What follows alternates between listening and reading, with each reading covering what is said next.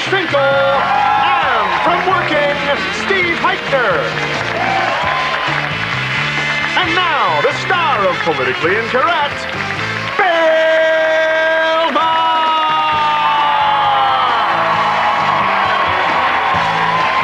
Thank you, folks. Thank you very much. Thank you, ladies and gentlemen. All righty, well, thank you very much. Listen, we got a lot of political news we have to get to tonight, but for once we're going to start with the good news, the uncontroversial news. I guess you heard Mark McGwire broke the home run record yesterday. And it was amazing. Did you see, before he went up to the plate, he, for good luck, rubbed Roger Maris's record-breaking bat across his chest. And then Ken Starr sparked an investigation. So well, that is the big news, that Ken Starr has his report arrived early. We thought it wasn't going to come till Friday or next week. Well, 2 vans pulled up to the White House, to Congress rather, with 36 boxes of evidence. Two vans. It doesn't look good for the president. The second van was being driven by Dr. Kevorkian. So,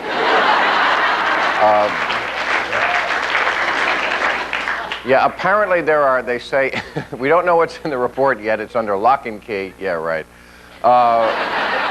But there are apparently descriptions of conduct between the president and Monica Lewinsky that are very embarrassing to him. Very embarrassing, especially the time he was with her for an hour and they just talked. That's embarrassing. I tell you. No,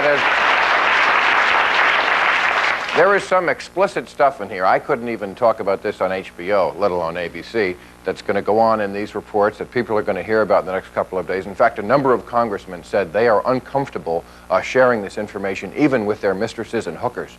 So, and no, this is not going to be good for Congress, too. They think, they're laughing now, but you know what? There's going to be a scorched earth policy, they say, where they're going to say, hey, you don't live in glass houses. And the White House is probably going to leak stuff about other people, and other senators and congressmen are going to have to explain stuff. In fact, John Glenn, Senator John Glenn today, explained to his constituencies why during the early 60s he was almost sucked into space.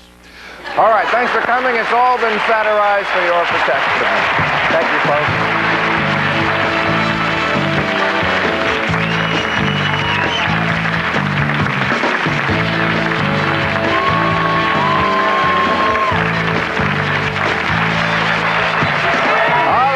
Our show. Here is our panel, one of the swell stars of working on another network, Mr. Steve Heitner. Steve. There you are, Steve. How are you, buddy? Good to see you again. An Emmy-winning actor. He will play Fisher the Travel Agent on the new Fantasy Island right here on ABC. Five-ish Finkel. Five-ish. Hello, Mr. Five-ish. How are you?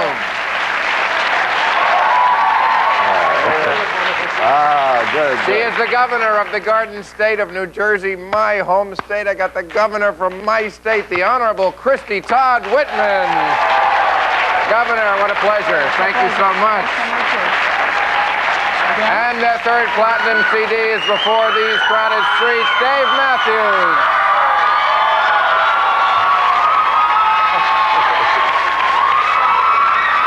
Okay, well. Dave? Yeah. I think the most important thing to ask right now is, how much do your fans know about politics?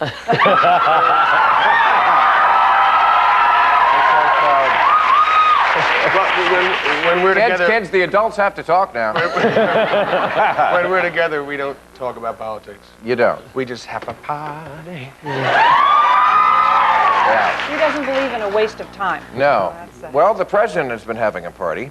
And now the party is over. And the big story today is that 3 days early, at least 3 days early, the evidence arrived there at the steps of the Capitol from Ken Starr. And apparently, yeah, apparently one of the things... Looks like they found a little something. Yeah, They killed a lot of trees. 36 boxes. Sure. That all? Right. 36 boxes of evidence. The report said substantial and credible evidence for impeachment. Part of the reason why they think he should be impeached apparently is they are upset that he asserted executive privilege. They're saying just fighting back to them is an abuse of power.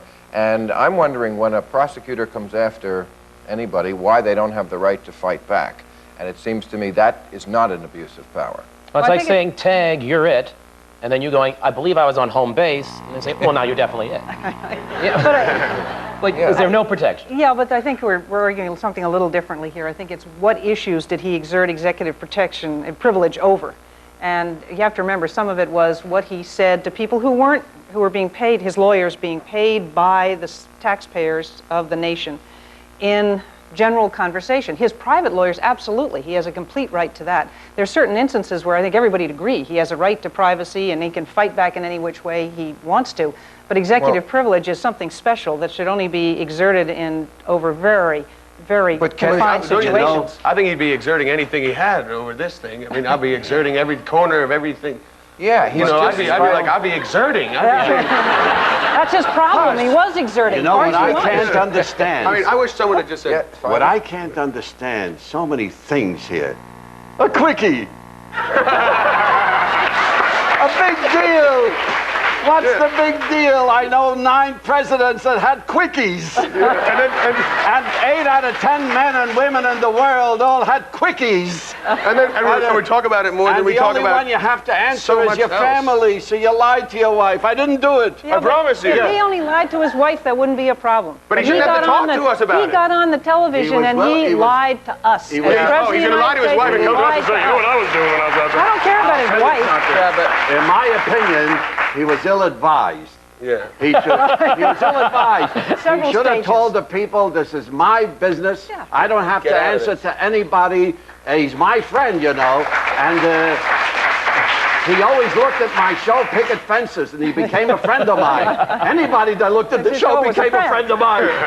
But what I'm trying to bring out is this.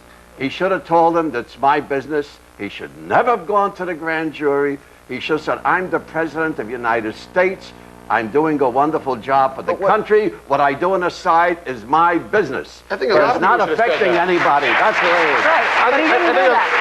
I think a lot of people should have said it. I think a lot of people, aside from him as well, should have said, this is nothing to do with us. And if he says it, you know, if he's about to lie, they should have run up to him and said, don't say anything. Don't say anything. It's all you That's need. the way it went down. I mean, he chose to lie, so now what do we do? did He lie. has a wonderful rating. I mean, 65% of a popularity rating is wonderful. But That's this on is his the job American people here. performance, not on yeah. personal.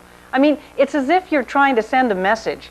And as a parent, I want to tell you, this is exactly opposite of what I said to my kids. It's okay to lie today if you say you're sorry tomorrow. That doesn't work. And it does matter that he went before the people and he looked us straight in the eye and said, I never, whatever the legal ease that he used, he can parse a sentence now better than anybody in school that I ever knew. You know, that's not acceptable. That's the problem. Well, the thing that sort of overwhelms me, I know the thing that I'm sort of mostly worried about is that we're all so obsessed by something like this. I think that just the mere interest in what went on is absurd, because I grew up in a country where there was a lot of horrible things going on.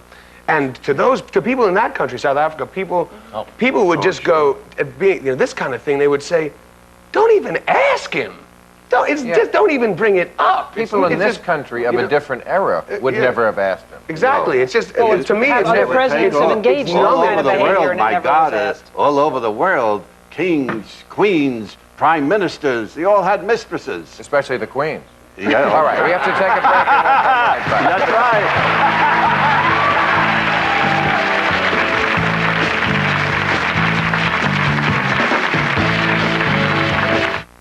Tickets to Politically Incorrect, call 323-575-4321.